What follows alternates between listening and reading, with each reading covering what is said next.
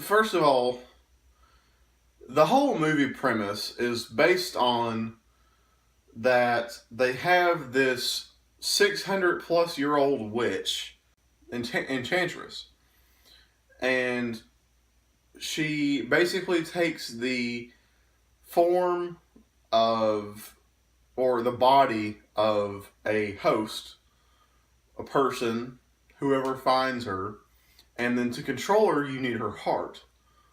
Well, they get her heart, and the government lady that no one remembers has her heart in a briefcase, which was kind of weird. And anytime she wants her to go back to that one person that she's taken over, June Moon, I think is what her name was, that tells you something. I can remember the person you don't see more than 20 minutes of in the movie. I can remember her name versus the other lady. Anytime they want her to go back to June Moon, they take a needle or a knife or something and stab the fucking heart like 5 times in the briefcase, and then she just goes back in like it ain't shit. So whatever.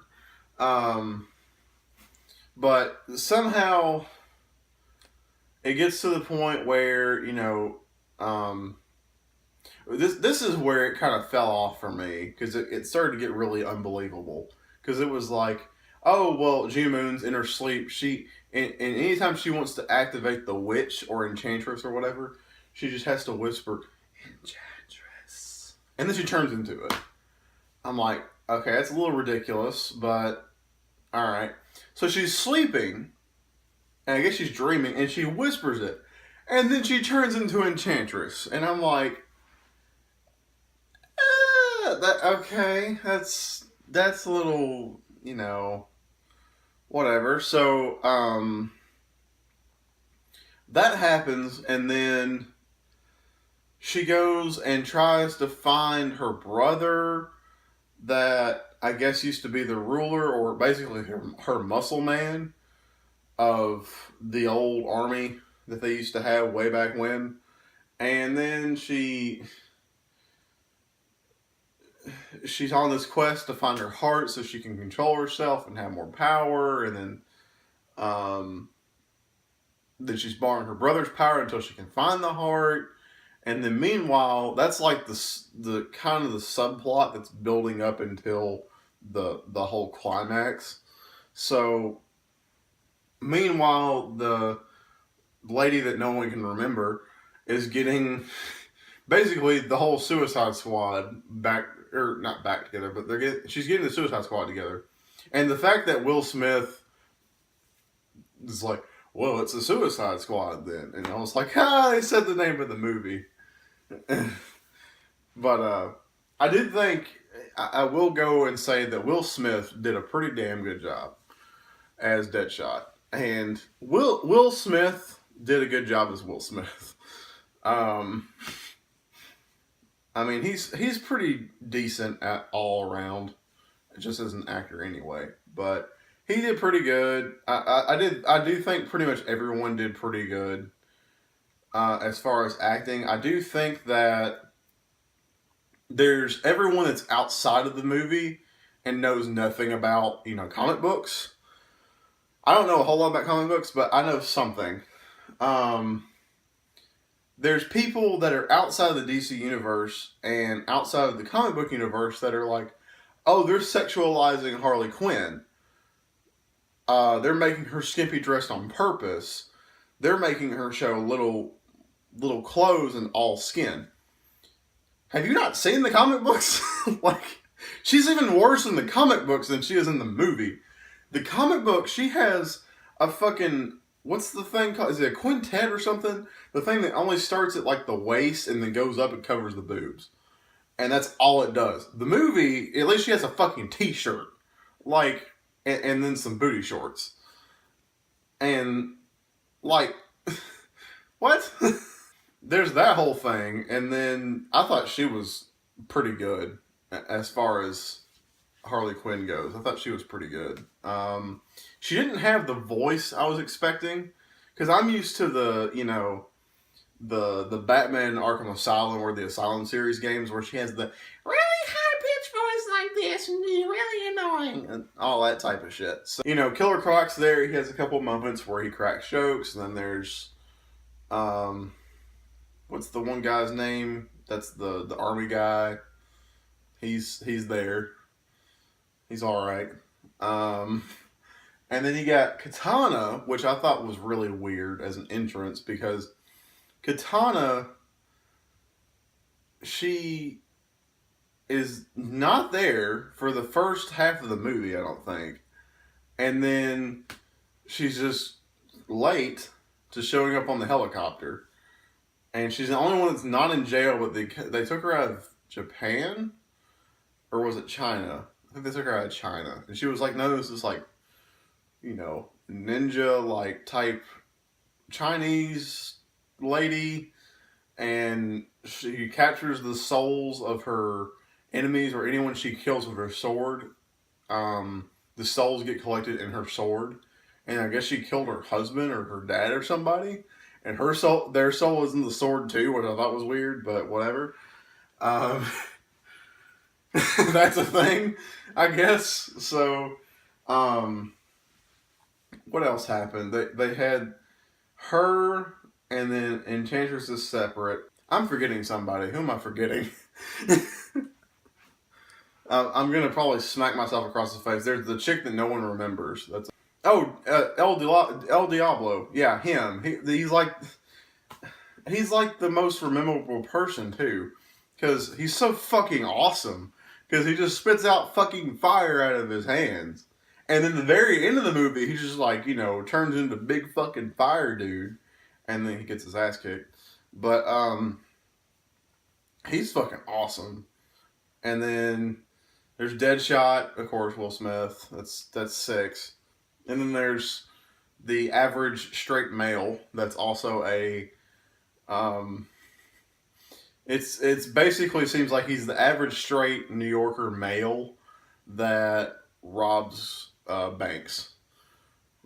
The captain, thought he was kind of stupid, but whatever. But yeah, so that's them.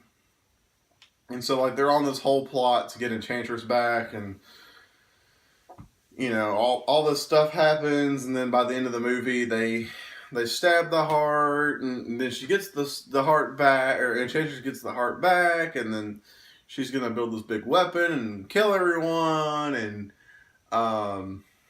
Suicide Squad shows up, and then they're like, stop it.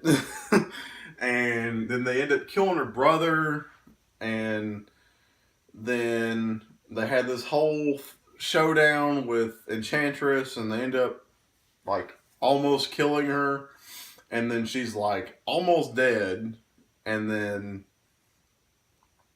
the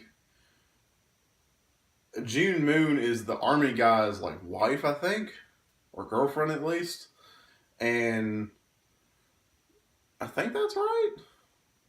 I can't remember that right. I think that's right. But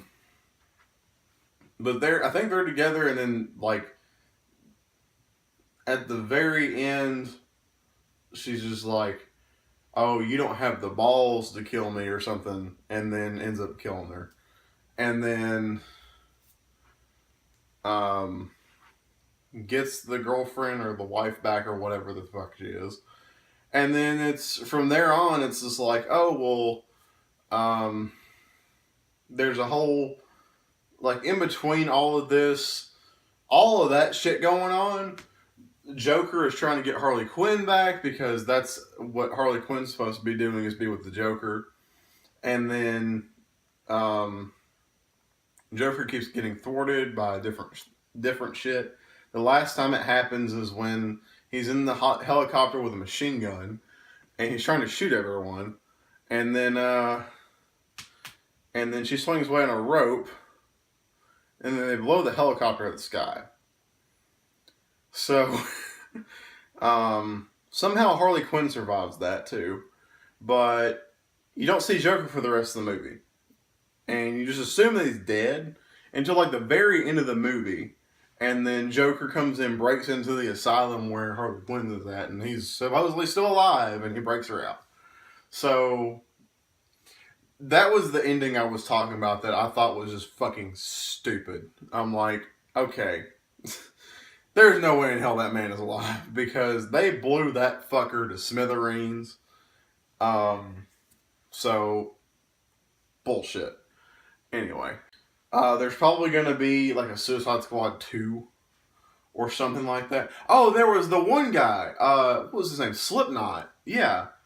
The fucking the sniper? No, he's not the sniper guy. What was he? He was a swords guy or something. What the fuck happened to him? Because he was like, he started out in the movie and he was there part way through like the whole fighting sequence originally, like in the building or the hotel or whatever it was, and then he just disappeared. Like, did he die? I don't remember. This is what I'm talking about. Why I needed to go watch it again because I was distracted partway through the movie because there was some fucker down in the bottom section of IMAX on their fucking phone for like 20 minutes out of the movie, and their brightness is turned all the way up. And I'm like, what are you doing? And they're sitting there and they'll be on it for a couple minutes and they'll be off.